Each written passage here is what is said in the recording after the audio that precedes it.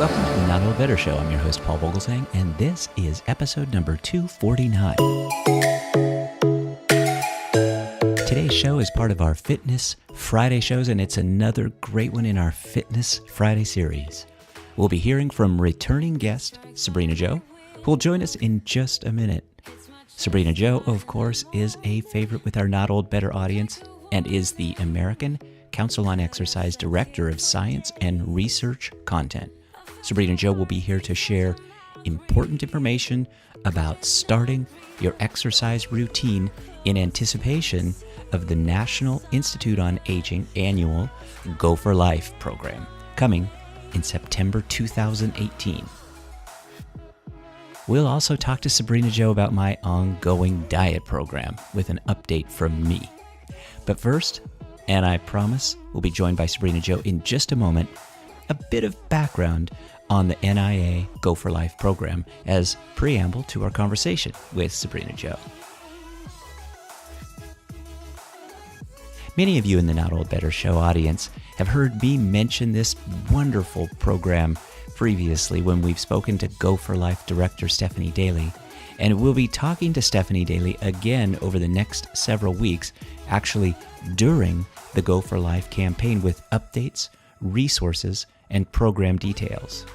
But if you want to learn easy ways to increase your activity level in everyday life, get excited about Go4Life and check out our upcoming Go4Life series. The National Institute on Aging, part of the National Institutes of Health, the NIH, is launching its annual Go4Life Month in September 2018. This year's theme is Get Ready, Get Moving, Go4Life. The program offers free resources to help older adults work out a bit more, push themselves a little harder, and try all types of exercise. So get ready to get moving and Go4Life. Subscribe now for our upcoming episodes to the Not Old Better Show, all of which, of course, are free. So get ready, get moving, and Go4Life. The Not Old Better Show Fitness Friday News. Sabrena Jo, welcome back. Good to talk to you. Thanks, Paul. Great to be back. It's always good to talk to you. I say that over and over again. I do enjoy it, and you have so many wonderful things to offer to us. But I know you're very busy, and I want to just jump right in and give you an update as to kind of where I stand on my weight loss project. It's going well. I'm down another 2 pounds. I currently am weighing 179. Honestly, Sabrena, I thought it might go a little faster, but it is what it is. You know, I have a doctor's appointment next week, so I'll have all of this in confirmation. But I think I kind of have to pick it up some. Do you think, I mean, down another 2 pounds, but I don't know. I guess I was hoping maybe that it might go a little, faster. I don't know that I'm going to hit my goal. You know, I've got about 9 pounds to go, and so I don't know that I'm going to hit this. So I'm just kind of foreshadowing for you so that you'll pick up the pieces as I break up here. Well, thanks for your update and for being honest. Yeah, always. And I often find when helping people with weight loss goals that in the beginning they tend to experience a bit of a rapid loss, like kind of like you did with those first 6 pounds. Yep. And then the body levels off a little bit and they don't see as much weight loss. And so they get a little bit discouraged. But the weight continues to slowly decline if they're still, working in their efforts, their daily habits, but not as quickly as they'd like. So what you're experiencing is nothing that I haven't heard before. I think it's just the natural response that the human body does when it starts to lose weight. It tends to level off a little bit after initial rapid weight loss. So nothing is out of the ordinary from what you're experiencing. And you also explained to us one of the last couple of times we were together that you enjoyed life as well. You had some cake. Right. You did some things that weren't necessarily strict in terms of your diet, but nonetheless, you still lost weight. And one thing that I haven't mentioned before, but I think is important, is that maintaining or not gaining is actually progress.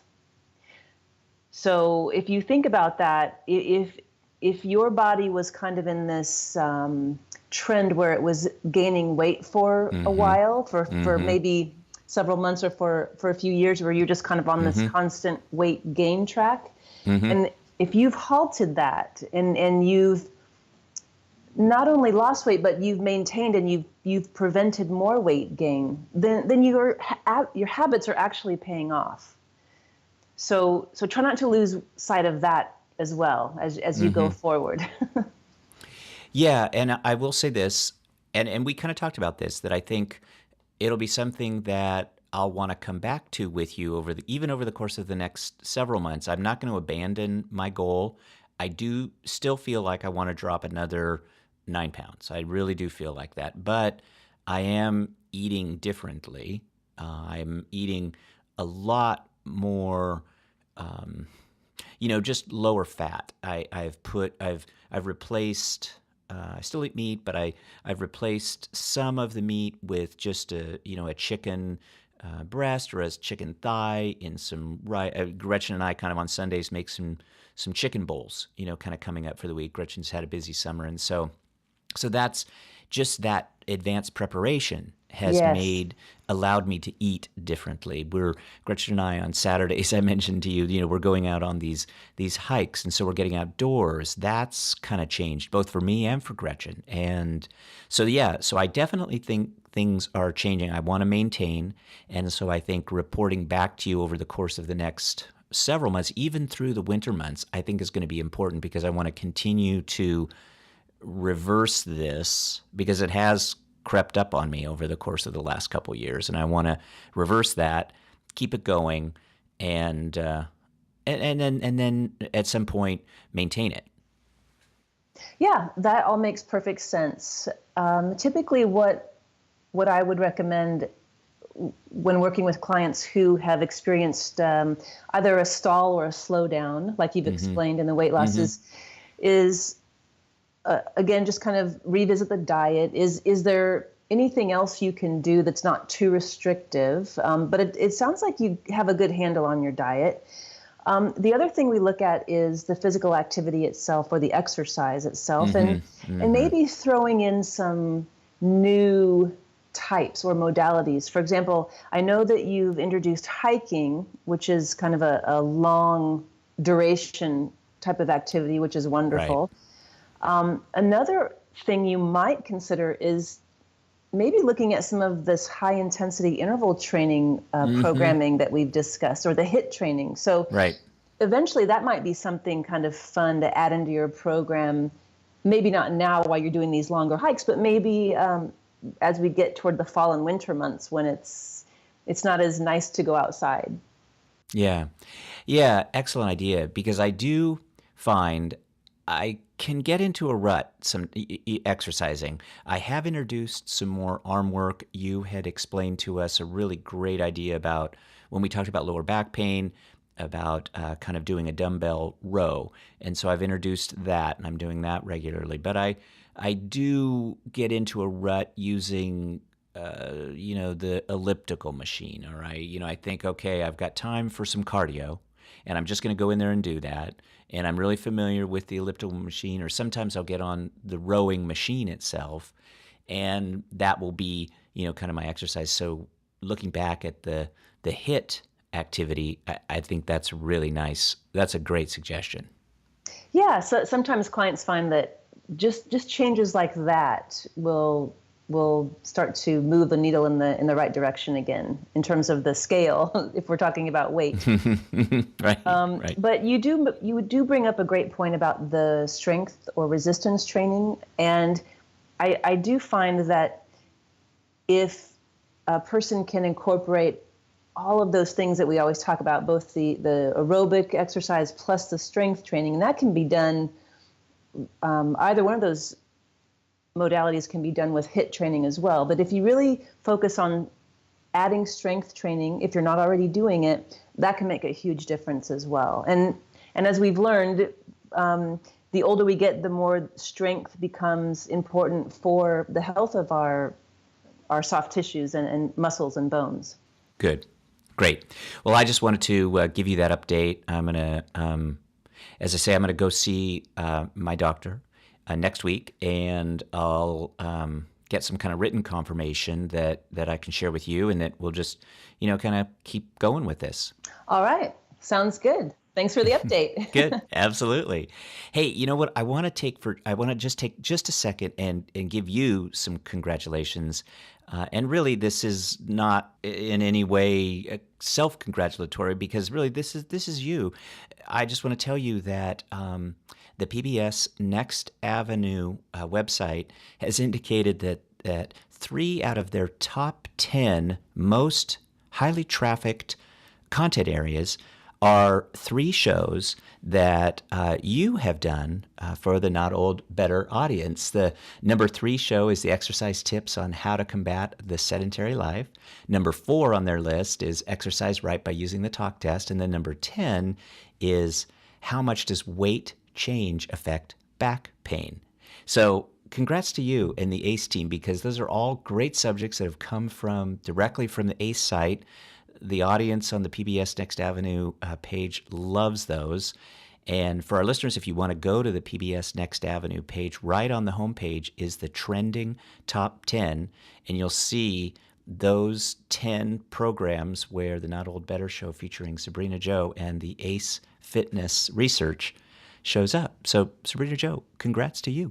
Oh, well, thank you so much, Paul. That makes me feel so good, because I know that us doing this show is simply about sharing information about ways to become more physically active. And really, that's the mission behind ACE. It's certainly what I'm trying to do. So combining my efforts with you has really been a joy, and it looks like people are listening. So that's great. Yeah.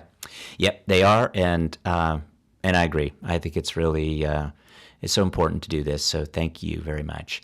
Well, today I want to spend time talking with you about another subject dear to us, and that's the Go4Life program from the National Institute on Aging at the National Institutes on Health. The Go4Life program is coming up in September. You and I are going to be talking about it a lot. We'll be talking with Stephanie Daly. For everybody who might be unaware, the Go4Life program is an exercise and physical activity campaign, actually, from the National Institute on Aging, and it's designed to help everybody get fit, get a little bit more exercise and a little more physical activity in their daily lives. And I thought what would be really great today, Sabrina, in advance of kind of September, when the Go4Life Month kicks off, and you and I will be talking about it a little bit more, I thought it'd be nice to get your perspective as a fitness professional, certainly one that's focused on research in the way that you are in the ACE team. Let's talk about starting out with exercise. Let's talk first about defining that starting point. Maybe even, I mentioned I'm going to go visit my doctor for kind of just a, routine kind of follow up to some of my weight loss program that I've put in place with you. But what about starting with your doctor? Is that a good idea? This whole area of safety first. Let's start there and kind of think about, from the 55 plus age perspective, what's a good starting place for exercise?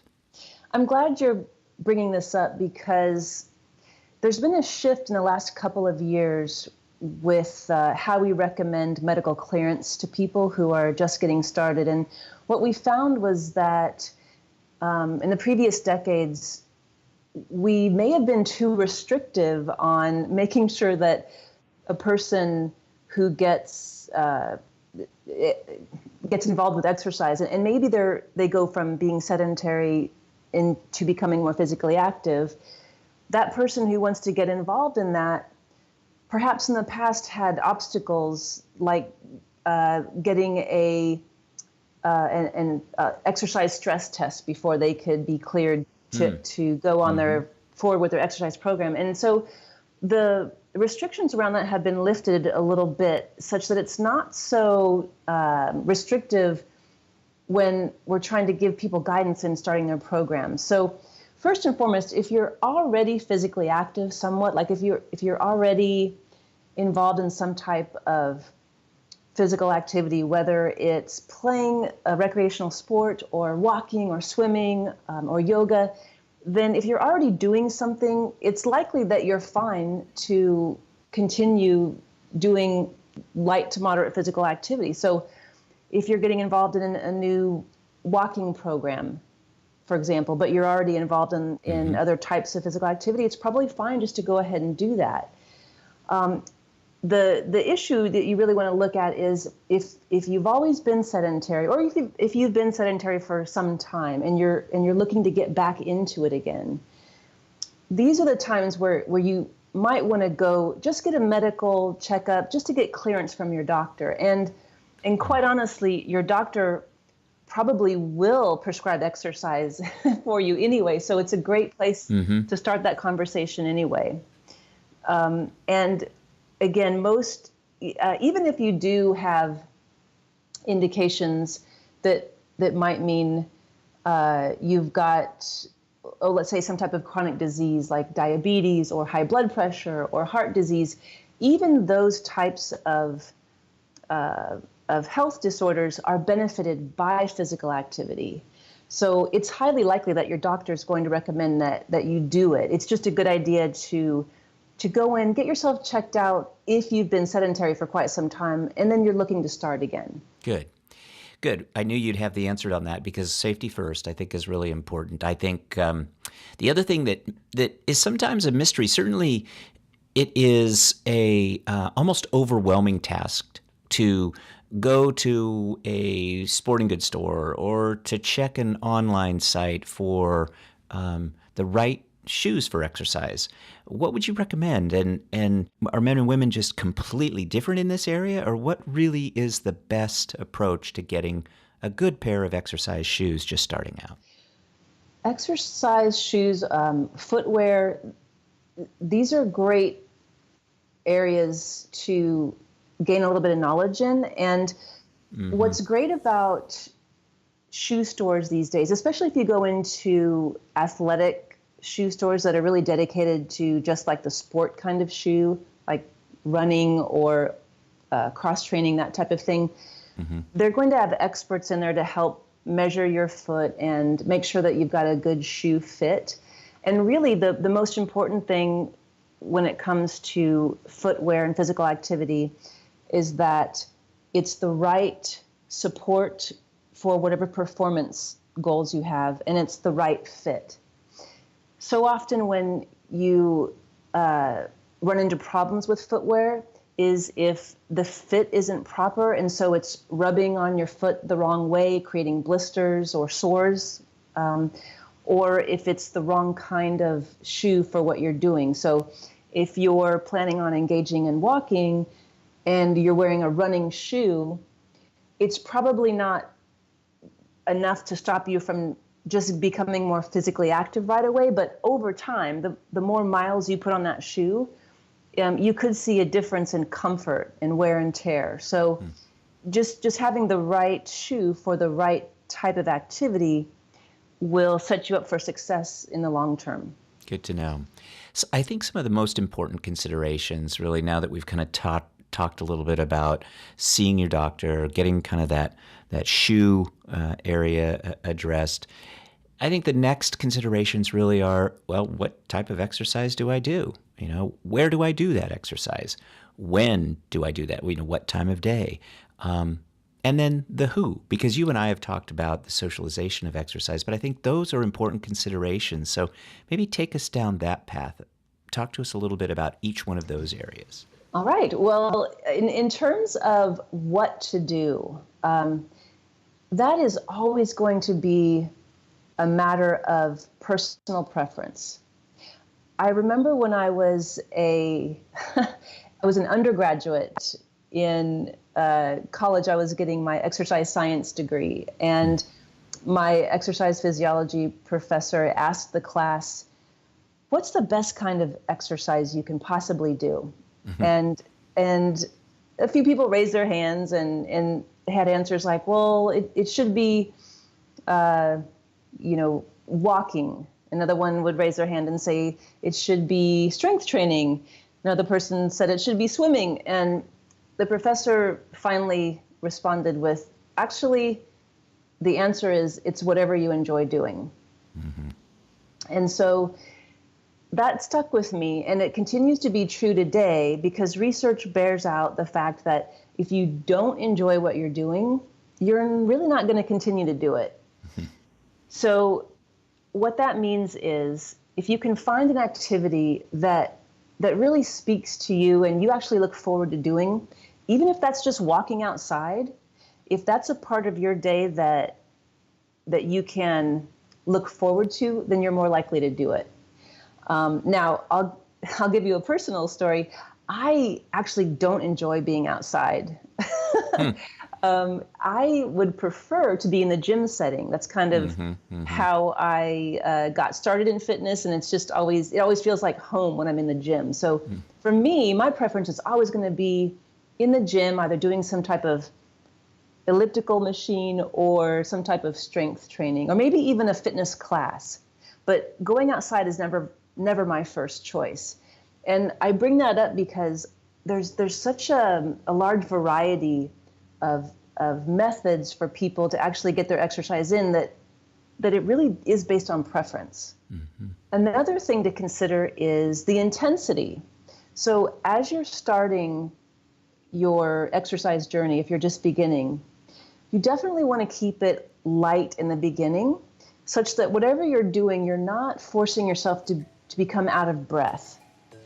And that's why walking is such a great place for many people to start. So whether it's walking on a treadmill or walking outside, it's most people walk anyway, so we have experience with that skill, and you can gauge your intensity by how hard you're breathing. So you'll notice a lot of physicians and even starting programs will have people just walk. And that's another reason why shoe fit and shoe structure is so important to check those things as well. Good. Well, good. Well, Sabrena Jo, another great conversation with you. We, of course, are going to be talking a lot more about some of these concepts of helping people get ready to exercise, and particularly focused on the Go4Life Month in September. But Sabrena Jo, great talking to you. We'll follow up in another week. All right. Thanks, Paul. Thank you, Sabrena. So get ready, get moving, and go for life. Subscribe now for our upcoming episodes to the Not Old Better Show, of course, all of which are free.